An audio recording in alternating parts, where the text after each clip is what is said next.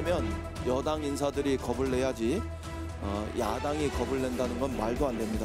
공수처 설치에 대한 엉터리 선동을 멈추시고 자유한국당이 진전된 제안을 가져오길 기대합니다.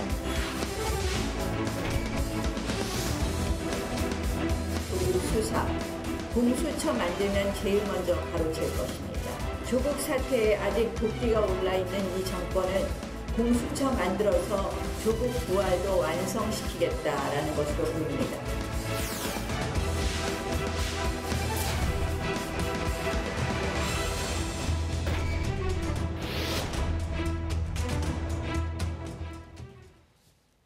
정치 10단 박지원 의원 자리했습니다. 어서 오십시오. 9단입니다. 지난주에 그 자리에서 차기 법무부 장관으로 전해철 의원 제일 먼저 예상하셨고 저희가 기사도 썼는데 저희가 보기에는 전해철 의원으로 가는 것 같아서 저희가 10단으로 승단시켜 드렸는데 전해철 의원으로 갈 것 같습니까? 글쎄요, 뭐 임명권자인 대통령께서 결심을 하셔야겠지만은 제가 지금 알고 있기로는 청와대 민정수석실에서 검증하는 것으로 알고 있습니다. 네. 당사자 이야기 잠깐 들어볼까요? 이게 언제 때 겁니까? 18일 거 전해철 의원 이야기 들어보겠습니다. 굳이 말씀드리면 처음에 제가 이야기를 했던 처음에는 이제 조국 장관 사퇴하고 제 인사를 이야기하는 것 자체가 적절하지 않아서 제가 자세히 이제 말씀드리기보다도 신경을 이야기 드렸는데 실제로 이제 당과 국회에서 제가 쭉 해왔던 과정을 봤을 때 어떤 역할을 하는 게 필요하다라고 이제 원론적으로 말씀을 드렸고요. 실제로 검찰 개혁을 포함해서 문재인 정부 성공이 중요하고 또 그런 과정에서 제가 해야 될 역할이라면 제가 어떻게 피할 수가 있겠습니까? 마음을 굳혀가는 과정 같기도 하고요. 네, 물론 청와대는 여전히 정해진 거 없다라는 신중한 입장이고요. 요즘 누가 장관 하마평에 오르면 부인이 또는 가족들이 그렇게 반대한대요. 그렇죠. 뭐. 게다가 법무장관 자리에. 네. 네. 자, 왜 전해철입니까? 왜 전해철이 법무장관이 돼야 합니까?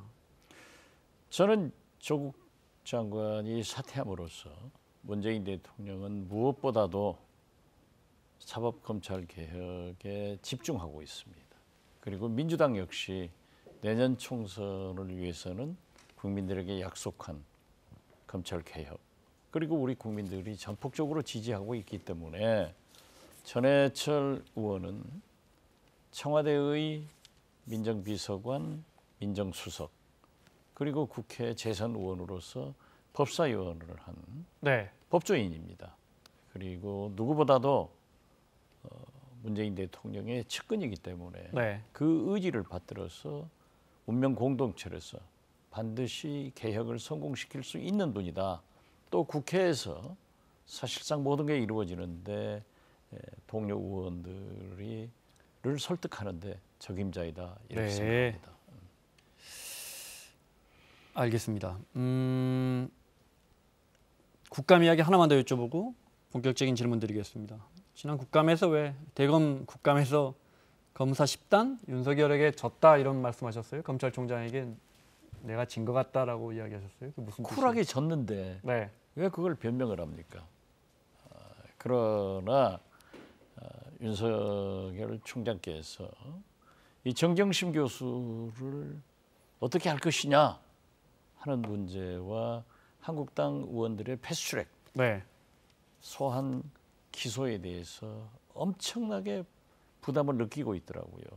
그래서 제가 한번 질렀더니 확 반응이 나오는데 네. 그 이상 할 필요 없죠. 저는 무엇인가를 이해를 했기 때문에 제가 졌죠. 졌으면 쿨하게 져야지. 뭘 그걸 설명합니까? 저는 졌고 그러나 그 다음 날 윤석열 검찰이 국회 압수수색을 하고 또 한국당 의원들에게 국회 방송 압수수색을 했죠. 그렇죠. 네. 국회 방송 압수수색을 하고 패스트트랙 관련해서요. 네. 한국당 의원들에게 소환 통보를 보냈어요. 그러니까 일부 한국당 의원들은 당신이 그 질문해가지고 괜히 우리 당했다. 제가 그것을 노렸는지 어쩐는지는 모르지만 아무튼 결과적으로는 그렇게 하더라. 네. 아니 그게 보수 진영이나 졌어야지. 일부 언론에서 박지원 의원이 교묘하게 검찰의 어떤 수사 방향을 패스트트랙으로 이렇게 유도하고 있다. 그 지적은 어떻게 보십니까? 그건 뭐 기자들이 보는 느낌이지 제가 얘기하는 것은 바람직하지 않죠. 아무튼 정치 구단이 검사 10단에게 졌다. 그러나 소기의 목적은 성공했다. 저는 그렇게 평가합니다. 거기서 말씀하신 소기의 목적이라는 건 패스트트랙에 대한 엄정한 수사를 이끌어내는. 그렇죠. 네. 그렇게 해야죠. 왜 여기는 하고 저기는 안 합니까? 그 유도하셨다는 말씀이잖아요. 유도가 아니라 윤석열 총장의 소신을 확인할 수 있었다. 네. 그러면 됐지 뭐. 네. 그때 껌껌나다 이겨서 돼요. 네. 질 때는 져야죠. 쿨하게 져야 됩니다. 윤석열 총장이 그때 특정인을 보호하시는 듯한 말씀을 왜 하시냐고 자꾸 이제 정경심 교수 이야기하니까 의원님이 말 끊고 들어왔는데 깜짝 놀라셨죠, 사실. 그렇게까지 나올 줄 모르셨죠. 아니 깜짝 놀랐죠. 네. 그것은 왜 그러냐 하니까는 한국당 의원들이 계속 추궁을 하니까 아니 왜 박지원 당신마저 그러냐 그런 것을 하면서 저는 그 행간에 패스트트랙 한국당 의원들에게 곧 조치를 하겠구나. 네. 그러니까 당황해가지고 또 당황한 척하면서 졌죠. 진 걸 쿨하게 져야지. 네. I'm so cool. 알겠습니다. 자, 정경심 교수 질문 몇 가지만 드리겠습니다. 오늘 검찰이 그건 잘 몰라요. 네. 얘기하지 마세요. 몇 가지만 여쭤보겠습니다. 검찰이 구속영장을 오늘 청구했습니다. 뇌종양 뭐 이런 건강 문제가 변수라던데 검찰이 오늘 브리핑했는데 기자들에게 영장 친 걸 보면 구속을 못할 만큼 건강이 나쁘지는 않다 이렇게 판단했나 봐요. 그것은 검찰 판단이고요. 네. 저는 일단 오늘 아침 일찍 영장을 청구한다는 소식을 들었습니다. 그러나 제가 얘기하는 것은 바람직하지 않아서 우리 보좌관들에게 오늘 친다고 하더라 했는데 건강 문제에 대해서는 검찰은 그러한 판단을 했지만은 사법부의 판단은 어떨지 또 검찰은 기소를 했기 때문에 네. 우리는 조용히 사법부의 처신을 바라봐야 됩니다. 예를 들면은 조국 장관의 동생 구속영장을 기각하는 것은 한국당 승인받고 하는 게 아니에요. 정경심 교수의 구속영장 청구는 민주당 결재 맞고 하는 게 아니에요. 검찰은 검찰의 소임을 했고 네. 건강 문제에 대해서 그렇게 판단을 했지만은 사법부는 사법부의 기준대로 할 것이고 결정은 법원이 하는 거니까요. 그렇죠. 네. 그러나 사법부는 일반적으로 인권을 또 건강을 중시하는 그런 사람 냄새 나는 판단이 있을 것이다. 저는 그렇게 봅니다.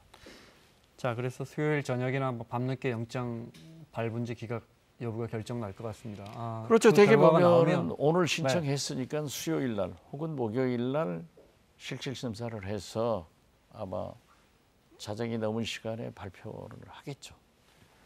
결과가 나오면 또 얼마나 시끄럽겠습니까? 글쎄요. 오늘 뭐 법사위에서도요. 지금 조국 천하에서 이제 공수처 민국이 돼가지고 오늘 또 마지막 국정감사 종합감사인데 하루 종일 왼종일 그걸 가지고 싸우니 진짜 나라가 걱정됩니다. 네. 공수처 이야기 하셨으니까 공수처 얘기로 넘어가죠. 패스트트랙 법안에 선거법 개정안이 있고 공수처 새로 만드는 법안이 있고 이제 검경 수사권 조정안이 있습니다. 그중에 민주당은 일단 공수처 먼저 가자. 원래는 같이 가는 거였는데 사정이 이렇게 됐으니 공수처 먼저 가자 이렇게 결정을 한 것 같아요. 그렇습니다. 예. 동의하십니까? 지금 공수처 먼저 가야 할 상황이다 이렇게 보십니까? 저는 이 검찰 개혁이 관행 문화에 대해서 상당한 진전을 했잖아요. 그리고 이제 법과 제도에 의한 개혁이 있는데 그것은 검경 수사권 조정 공수처 신설 문제입니다. 그래서 개혁은 빠르면 빠를수록 좋다. 네.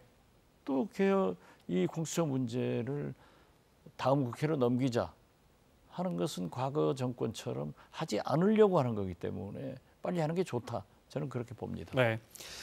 자유한국당 매우 강력하게 반발하고 있습니다. 공수처 절대 안 된다는 입장입니다. 자, 나경원 원내대표 입장 들어보겠습니다.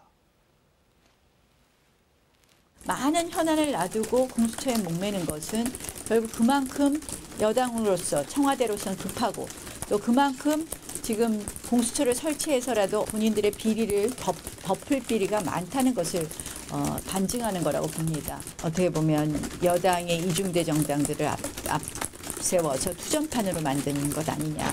한마디로 협치의 정신은 실종되고 막가자는 것 아닌가. 오늘 또 원내대표가 만났고 원래 이제 원내대표 플러스 한 명 더 그 분야의 전문가 의원 만나서 이렇게 2대 2로 만나는데 오늘 일단 원내대표 만났지만 뭐 특별한 진전은 없는 것 같고 바른미래당이 중요해졌습니다. 바른미래당과 민주당이 협의가 될 것 같습니까? 분위기가 공수처 관련해서 글쎄요, 뭐 서로 첨예하게 양쪽 법안이 있는데 백예련 네. 의원안, 권은희 권은희 의원이 안 있습니다. 네. 이게 있는데 저는 잘 안 되리라고 봅니다. 잘 안 될 것이다. 예, 근본적으로 공수처법은 뭐냐? 수사권과 기소권을 공수처는 한꺼번에 갖는 겁니다. 네. 그리고 문제는 공수처장을 대통령이 임명하기 때문에 정치적 중립성에 문제가 있다 하는 것을 제기하는 거예요. 그런데 사실 모두 오프닝에서 말씀하셨지만은 공수처 법안을 통과시키는 데는 우리 대한신당이 결정할 수 있습니다. 우리가 민주당과 함께하면은 되는 거고, 네. 한국당과 함께하면은 안 되는 겁니다. 바른미래당이 설령 이 안에 민주당과 합의가 안 돼도 정의당과 무소속 의원들 그리고 대한신당 의원들 다 모으고 하면 가까스로 과반이 될 수 있더군요. 그렇죠. 네. 그런데 지금 현재 바른미래당은 한 지붕 세 가족이라 어떻게 될지 모르잖아요. 네. 예. 그래서 저희 대한신당에서 대안을 내일 발표하기로 했는데 이 공수처장 선임위원 7명을 국회에서 정당들이 추천해가지고 국회의장이 대통령께 추천해가지고 한 명을 처장으로 임명하면은 국회 청문회 해가지고 대통령이 임명하도록 하자 이런 겁니다. 그리고 네. 수사권 기소권 문제에 대해서는 우리가 더 논의하자. 네. 그런데 오늘 국정감사에서도 한국당 의원들이 하루 종일 죄 없는 법무부 차관한테 요구를 하는 거예요. 그런데 공수처 신설에 대해서는 법무부에서나 윤석열 검찰총장도 찬성을 하고 그러한 방법에 대해서는 국회에서 결정할 문제다. 근데 국회에서 할 일을 국회가 내놓은 법안 아닙니까? 그렇죠. 정부가 내놓은 게 법무부 아니고. 차관한테 네. 그렇게 달달 볶냐고요. 그래서 우리 그렇게 하지 말고 국회에서 논의하자. 한국당 나가지 마라. 들어와라. 이렇게 했는데 네. 요즘 말이죠. 우리 목포에서 과거에는 목포 시민, 전라도 민심만 들을 수 있었는데 지금은 해상 케이블카가 오픈돼 가지고 네. 하루에 평일에는 4, 5천 명, 주말에는 만여 명이 와요. 거의 전국에서 오시기 때문에 제가 가면은 저한테 이제 악수하면서 옛날에는 조국 어때라 라고 했는데 지금은 공수처 만들어라 하는 얘기가 다수더라고요. 그래서 국민들의 의사는 고위공직자 비리를 척결할 수 있고 역대 대통령들이 친인척 그러한 비리로 다 실패하고 공경에 처해 있잖아요. 이것을 예방하는 효과가 있기 때문에 뭐 현직 대통령의 가족까지 수사할 수 있다. 다 해야죠. 네. 국회의원도 해야 되고. 그렇기 때문에 네. 국민들이 찬성을 하고 법무부에서도 검찰에서도 찬성한다고 하면 국회에서 결정하자. 네. 그렇게 말합니다. 중간중간에 자꾸 저 지역구를 끼워 넣으시는데 그건 중요한 게 아니니까 대한신당에서 내일 대안을 발표하실 거라 했는데 얼핏 듣기로는 제가 보면 권은희 의원 안과 백혜련 의원 안을 좀 합친 것 같은 국회 동의 받아야 합니까? 예를 들어 어떻게 생각하세요? 그렇죠. 그것도 국회 동의 받아야 하는데 그건 이제 국회에서 권은희 의원 안과 비슷하네요. 그렇죠. 공수처장 임명할 때. 그렇기 때문에 우리가 그 정도 나오면은 바른미래당도 동의할 수 있을 것 같기도 조금 더 하고요. 강화시키고 네. 조금 더 정치적 중립으로 갈 수 있는 그러한 모색을 했기 때문에 네. 저는 그것도 법사위에서 논의를 해야 됩니다. 그런데 논의는 하지 않고 한국당이 광화문으로 나가 있으면 손은 누가 키우고 그건 말도 안 되는 거죠. 그래서 보십시오. 조국 장관이 물러가면은 한국당 지지도가 올라가야 되는데 왜 문재인 대통령 지지도가 올라가요? 리얼미터 건 오늘 오늘 올라갔죠. 3.5% 정도 올랐고 갤럽 건 금요일 날 좀 떨어졌기 때문에 그 전에는 또 네. 문재인 대통령이 올라갔고 새 기관 것이.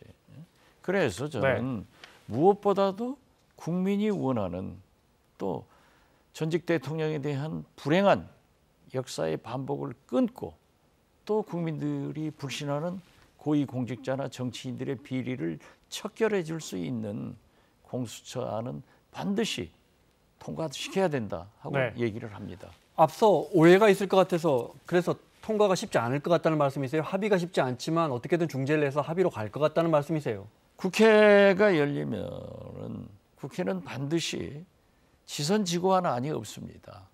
그리고 국회는 동서고금을 막론하고 싸워요.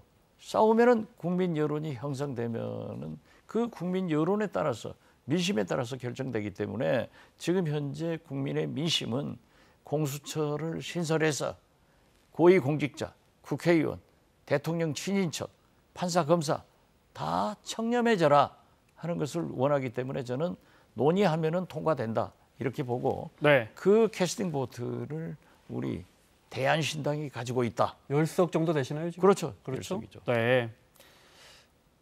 무슨 말씀인지 알겠습니다. 쉽지 않겠지만 처리 쪽으로 보신다 이렇게 이해해도 되겠습니까? 그렇습니다. 된다. 국회는 쉬운 게 하나도 없어요. 네. 조국 천하 때 사태 났을 때 조국으로 밤이 새고 날 새고 밤낮 했지만은 다 해결되잖아요. 알겠습니다. 조 전 장관 그때도 그랬고 특히 그것 때문에 그랬죠. 국회의원들 자녀도 그래서 한번 전수조사해보자. 입학할 때 무슨 문제가 있었는지 무슨 논문이 있었는지. 민주당이 오늘 특별법을 실제 냈습니다. 네. 자유한국당은 그러면 국회의원뿐만 아니고 고위공직자까지 하자 이런 입장인데 들어보겠습니다. 조국 교수 자녀의 입시 의혹과 나경원 원내대표 자녀의 특혜 논란까지 불거지자 국회의원들 자녀 전수조사하자 이런 여론이 높았죠. 저는 참 터무니없는 문제 제기라고 말씀을 드리고요. 결국 조국 정국에서 물타기의 일환으로 굉장히 많이들 노력하시더라고요. 그런데 제가 이미 제안했습니다. 대통령 그리고 황교안 당대표 그리고 조국 전 장관 저 전부 특검해 주십시오. 당당하게 하겠습니다. 조국 장관과 나경원 대표 등의 자녀 입시에 관련해서 고위공직자들의 지위와 재산이 자녀들이 교육 특혜로 이어진다는 교육 불공정성에 대한 문제가 제기되고 있습니다. 이번 기회에 국회의원 자녀들이 납득하기 어려운 논문 제출이나 부적절한 교과의 활동 등 입시 관한 사항에 대해서 전수조사할 것을 제안합니다. 그래서 오늘 민주당이 박찬대 의원을 대표 발의자로 국회의원 자녀의 대학 입학 전형 과정 조사에 관한 특별법을 발의했습니다. 공정한 대학 입시와 관련된 국민들의 요구가 지금 굉장히 준엄하고 또 신속한 정치권의 대응이 요구되고 있는 마당에 뒤로 지연되는 부분이 있어서 제가 대표 발의로 국회의원만 대상으로 한 전수조사를. 자유한국당 국회의원은 물론 그럼 고위공직자도 같이 하자. 고위공직자 자녀도 맞불을 놨는데요. 일단 민주당이 얘기하는 국회의원 전수조사만으로는 저희는 저희를 의심하고 있습니다. 안이 다 발의되면 저희도 이제 이번 주 내로 새로운 법안을 발의할 것입니다. 자, 일단 법안은 나왔는데 자유한국당은 그런 이제 고위공직자라는 게 뭐 상급 이상으로 할지 아직은 모르겠는데 고위공직자 자녀들도 대학 제대로 갔는지 한번 확인해 보자는 거예요. 어떻게 보십니까? 아주 전체 한번 해봤으면 좋겠어요. 이러다 보면은 아무것도 못하고 전수조사하다가 끝날 거예요. 자, 보십시오. 이게 자녀들 입학 문제 전수조사하자. 자녀들 인턴으로 채용했다 해서 인턴 전수조사하자. 네. 또 외유성 해외 출장했다 해서 해외 출장 전수조사하자. 늘 말이 나오죠. 국회의원 전수조사 한번 하자. 네. 헌법재판관 후보자 주식 투자에 있다 하니까 국회의원들 주식 투자 한번 전부 전수조사하자. 이게 또 전수조사 천국이 되는 거예요. 그래서 저는 이렇게 많은 국민적 오해가 있으면 한번 했으면 좋겠어요. 누가 걸리나? 국회의원 300명 자녀 다. 예. 박 전 의원님 두 분 따님 포함해서. 다 그렇죠. 우리 딸이라고 무슨 지혜 복권이에요? 네. 다 해야죠. 그런데 잘 안 돼요. 지금 말씀하신 것처럼 예를 들어 뭐 그런 사례들 손혜원 의원 뭐 부동산 투기 의혹 제가 같은 거- 손혜원 얘기하면은 또 이제 또 난리가 나니까. 그러네요. 네. 부동산 투기하자고 그것도 전수조사. 그때 이해충돌 이야기도 나왔거든요. 이해충돌도 한번 이해충돌, 전수조사하자. 누가 뭐 예를 들어 어디 도로 나왔는데 어느 국회의원이 그 근처에 자기 가족 이름으로 땅 샀는지 한번 전부 뒤져보자. 다 뒤져보자. 다 해봐요. 근데 그런 걸 하려면 예. 국회의원들이 법을 만들어야 되잖아요. 그렇죠. 제가 여쭤보고 싶은 건 늘 말만 하고 그런 법안이 통과되질 않길래 여쭤보고. 저 법안 통과 안 돼요. 그리고 저 법안이 통과되려고 하면은 몇 개월이 걸리는데 우리 임기는 이제 6개월밖에 안 남았어요. 그 전에 통과되겠어요? 네. 그러나 네. 저러한 얘기를 하는 것은 우리 국회의원들이 솔선수범해서 조심하자 하는 경종을 울리는 것은 굉장히 의미가 있을 거예요. 그리고 네. 지금 고위공직자나 정상적으로 들어간 자녀들도 생사람 잡는 거예요. 알겠습니다. 취직도 네. 그렇잖아요. 현실적으로 정상적으로 갔는데 그거 뭐 언론에서 그 사람도 어디 들어갔다, 딸이 들어갔다, 아들이 들어갔다 하면은 난리가 나는 거죠. 현실적으로 추진하는데 어려움이 있겠다는 생각은 무슨 말씀인지 알겠습니다. 그런데 조 장관 가족들의 불법 여부와 상관없이 그 우리나라에서 이른바 힘 좀 있는 분들의 자녀들이 대학 입시하는데 이런 부분이 굉장히 광범위하게 작용하고 있구나 하는 것들이 국민들의 굉장한 분노를 샀고 이번에도 보니까 많이 나타나더라고요. 그렇기 때문에 그래서 현실적으로 국민들 마음속에는 300명 한번 열어보자라는 마음이 있습니다. 그렇죠. 네, 있죠. 있으니까 하자 이거예요. 그런데 저는 언론이 네. 더 잘하더라고요. 그렇기 때문에 언론에서도 사실 국정감사나 인사청문회 같은 걸 하면은 언론과 국민과 국회의원 3자가 공동으로 해나가거든요. 그러한 것은 언론에서도 한번 검증할 필요가 있다. 저는 그렇게 생각합니다. 알겠습니다. 말씀 듣고 보니까 또 더 쉽지 않아 보이네요. 네. 손학규 대표 이야기하겠습니다. 금요일 날 공교롭게 이준석 최고위원 나오는 날이에요. 지난주 금요일이 저희 고정으로. 그날 저녁 밤에 왜 거긴 또 인사위원회를 밤에 합니까? 그래서 최고위원직을 빼버렸더라고 징계해서. 왜 그랬답니까? 글쎄 나무다 네. 인사위원회까지 제가 왈가왈부할 필요는 없고 뭐 손학규 대표가 저는 제가 몇 번 했잖아요. 합의위원회에서 정체성 같은 사람끼리 해야 된다. 네. 안 하겠다. 뭐 100억이 있으니까 그런 얘기가 들려와서 잘못하면은 손학규 같은 정치인이 우리나라에서 탄생하기가 얼마나 힘듭니까? 정치부 기자들이 가장 훌륭한 대통령감이라고 얘기했지 않습니까? 네. 이런 분이 10여 년 전에 그랬습니다. 그렇죠. 네. 잘 안 해서 당신은 험한 꼴 당한다. 그런데 지금 험한 꼴 당하더라고요. 유승민 의원을 향해 같은 당에 있는 유승민 의원을 향해 오늘 손학규 대표가 정말 그야말로 맹비난했는데 그 부분 잠깐 들어보겠습니다. 자유한국당으로 돌아갈 국민이만 하는 분들을 더 이상 바른미래당을 망치지 말고 하루빨리 갈 길을 가십시오. 탈당을 4월 달부터 생각했다고 하고 탈당은 12월에 실행하겠다고 합니다. 이런 거짓이 어디 있고 이런 위상이 어디 있습니까? 유승민 대표는 스스로 원칙주의자라고 자부하고 있습니다만 원칙이 없는 전형적인 기회주의자의 모습을 보여주고 있습니다. 박근혜 대통령 비서실장을 하다가 결국 배신자의 이름을 들으면서 박근혜 대통령을 배신했고 그리고 이분에게는 우리의 전통인 대동주의의 모습은 전혀 없습니다. 양보의 정치는 전혀 없습니다. 오직 나 혼자만이 주인이 된다는 생각밖에 없었습니다. 강도가 아주 높습니다. 네. 박근혜 전 대통령을 배신한 이야기까지 했어요. 네. 이 당은 이러는데도 나눠지질 않아요. 저게 그 대표의 권한도 있지만은 저는 손학규 대표에게 말씀드립니다. 지금 이 사실을 그때 알았어야 돼요. 애초에 같이 갈 수 없었다 이 말이죠. 그렇죠. 제가 대한민국 정치는 무엇보다도 제일 중요한 것이 정체성이다. 물과 기름이 어떻게 통합됩니까? 그래서 저는 늦었다 할 때가 빠른 거니까 지금이라도 네. 서로 보따리 싸서 헤어지는 것이 좋다. 저는 그렇게 봅니다. 아니, 그러다가 보수와 그러니까 중도 보수와 중도 진보가 잘 됐으면 또 정치는 생물이니까요 하셨을 거 아니에요. 그렇죠. 잘 안 되니까 지금 그렇게 말씀하시는 거 아니에요? 저는 유승민 대표의 지금의 이념적 그 발언, 박근혜 탄핵을 인정하고 이러한 것은 참 박근혜 신당이 되려고 하는 도로 박근혜당이 되려고 하는 그러한 분들을 향해서 하는 것은 굉장히 높이 평가합니다.